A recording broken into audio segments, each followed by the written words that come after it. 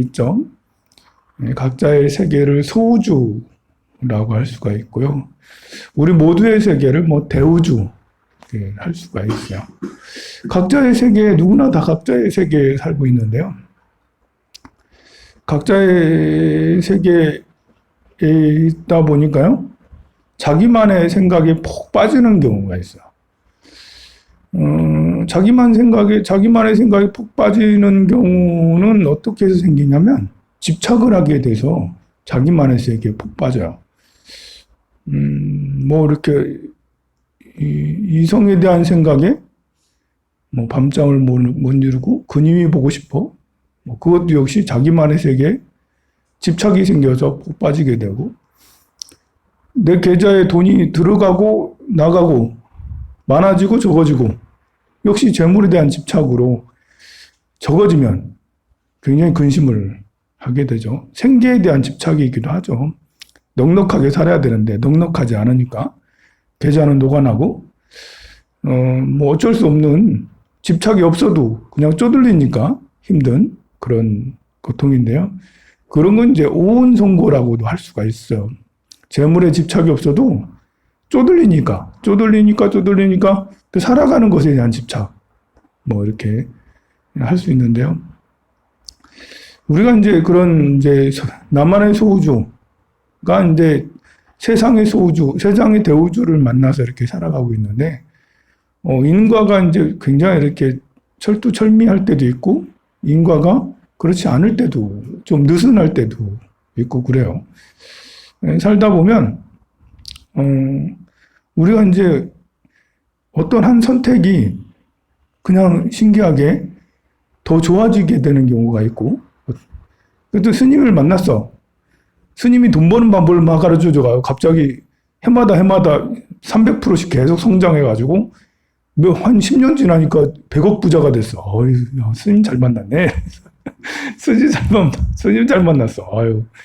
근데 스님 잘못 만나가지고 거꾸로 이제 스님이 이렇게 하라고 했더니 그렇게 했더니 계좌가 녹아나서 언제 마이너스 100억이 돼. 누구를 잘 만나서 내가 잘 되는 경우, 누구 잘못 만나서 내가 잘못 되는 경우, 어디 가서 잘 되는 경우, 어디가 잘못 되는 경우 있는데요. 인과가 금방 드러나는 것도 있고, 그렇지 않은 경우도 있죠.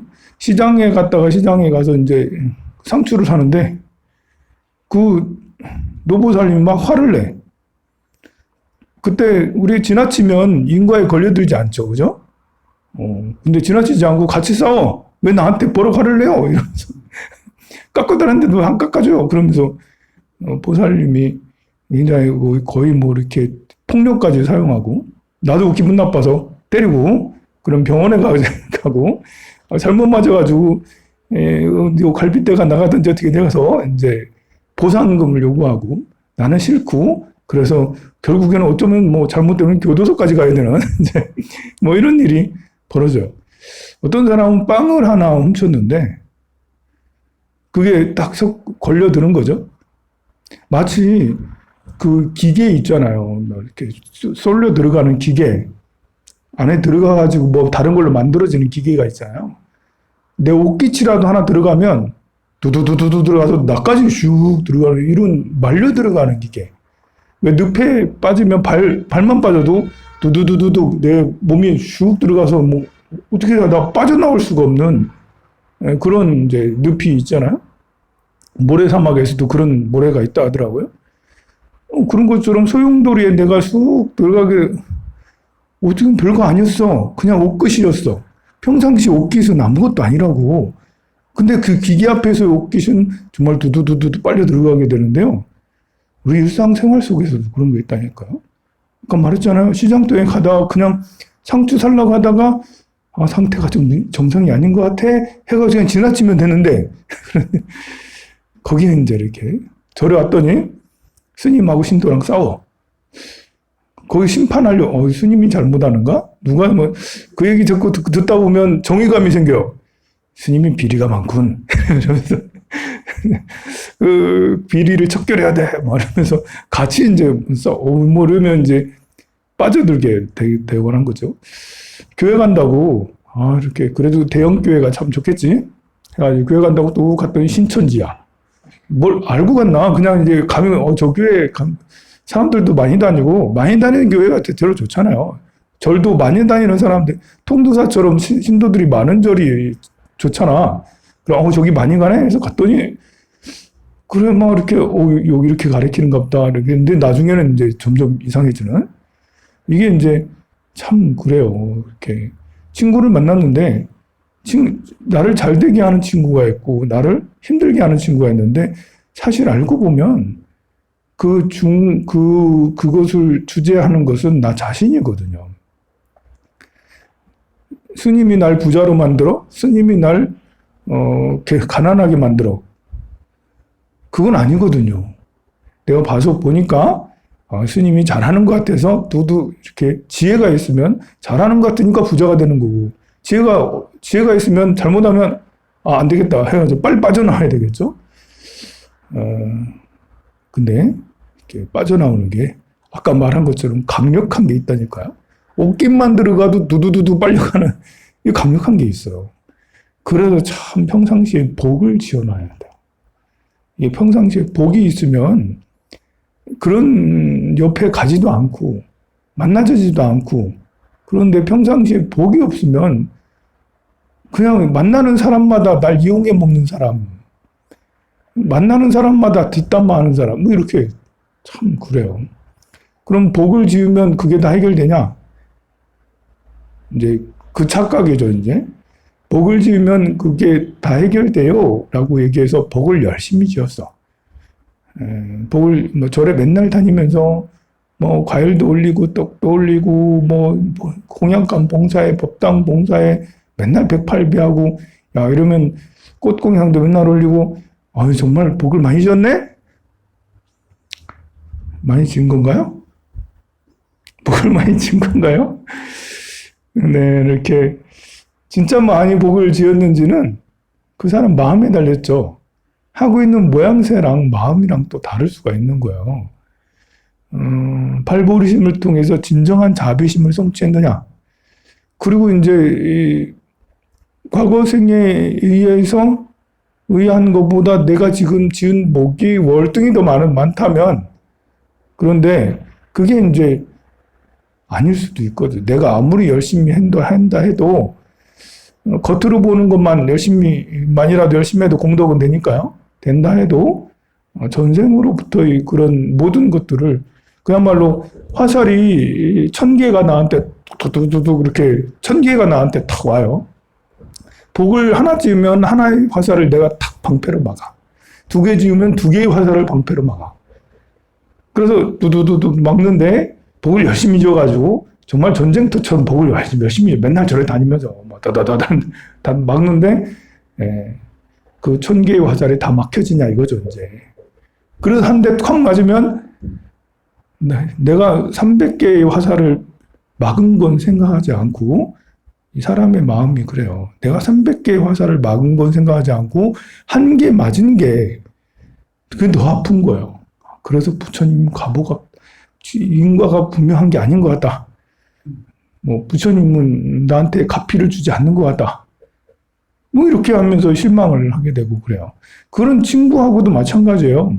친구랑도 잘 지내다가 의견이 서로 다르거나 뒷말을 좀 서로 이제 다르게 하거나 이래 되면 100번 좋아도 10번 나빠지면 이렇게 서로 절교하게 되고 불편한 관계가 되고 막 이렇게 되는 경우가 많은 것처럼요.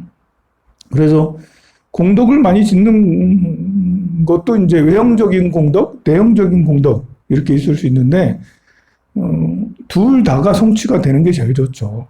내면의 공덕은 자비심이 커지는 거예요. 발보리심을 해서 자비심이 무한히 커지는 이것이 내면의 공덕이라고 할 수가 있고요. 그래서 자비심이 바탕이 돼서 발보리심이 바탕이 돼서 부처님한테 공양도 올리고 봉사도 하고 기부도 하고 이렇게 108배도 하고 정진도 하고 사경도 하고 그렇게 해야 되는 것이 진짜 이제 올바른 공덕이라 할 수가 있고 그 공덕의 힘은 정말 가면 갈수록 커지게 되는데 그렇게 되는 게 또 쉽지가 않아요. 제가 절에 온 지가 30년이에요. 30년. 그럼 30년 동안 스님은 열심히 공덕을 많이 지었을 거 아니에요? 여러분이 볼 때 스님 공덕을 많이 지었죠, 그죠? 많이 짓잖아. 절도 만들었지. 강의도 맨날 하지. 강의값만 해도 얼마야, 지금. 여러분들한테 돈 안 받고 강의 맨날 하고 있잖아. 이제, 뭐, 맨날 떡도 만들어서 쓰고 있잖아. 뭐, 이렇게, 글도 맨날 쓰고, 뭐, 그러면 스님의 공덕은 이만큼 커져서 스님은 아무 일 안 일어나겠네요? 이건 아니잖아요. 그건 아니라고요. 예. 그러면 스님에게 나쁜 일 생기면 스님은 어떻게 받아들여? 어떻게 받아들이지? 여러분하고 똑같이 받아들이지. 그냥, 아유, 화살 한 대 맞았네. 하고 말해야 되는 거죠. 그죠? 내가 무슨 업장이 두터워서 이렇게 됐나라고. 내가 지금까지 한 공덕이 이만큼이나 많은데도 나한테 이런 일을 주셨나. 이렇게 생각은 안 한다고요. 내가 무슨 공덕을 지었는지. 하나도 지은 것 같지가 않아. 아니, 이건 너무 좀, 그래. 난 지금 복을 하나도 못 지었어. 아, 오늘부터 다시 또 지어야지. 그러니 오늘 또 열심히 또 복을 지었나. 지난 지은 것 같지를 않아. 그러니까 새로 또, 오늘 또, 일신, 우일신, 오늘 날마다 새롭게, 오늘 또 지을 수 있는 복을 최대한 많이 짓고, 내일 지을 수 있는 복을 또 내일 또 짓고, 그러니, 복 짓는 데는 보상이라는 것이 딱 사라져야 되는 거죠. 내 일당이 얼만데 사람하고 상담하면 상담비를 나한테 줘야지. 저 사람 그냥 가네? 이렇게 하고 있으면 이게 복이라고 할 수가 없죠. 이게 상담비를 주면 왜 줘요? 주지 마. 받으면 복이 나가. 받으면 복이 안 받아.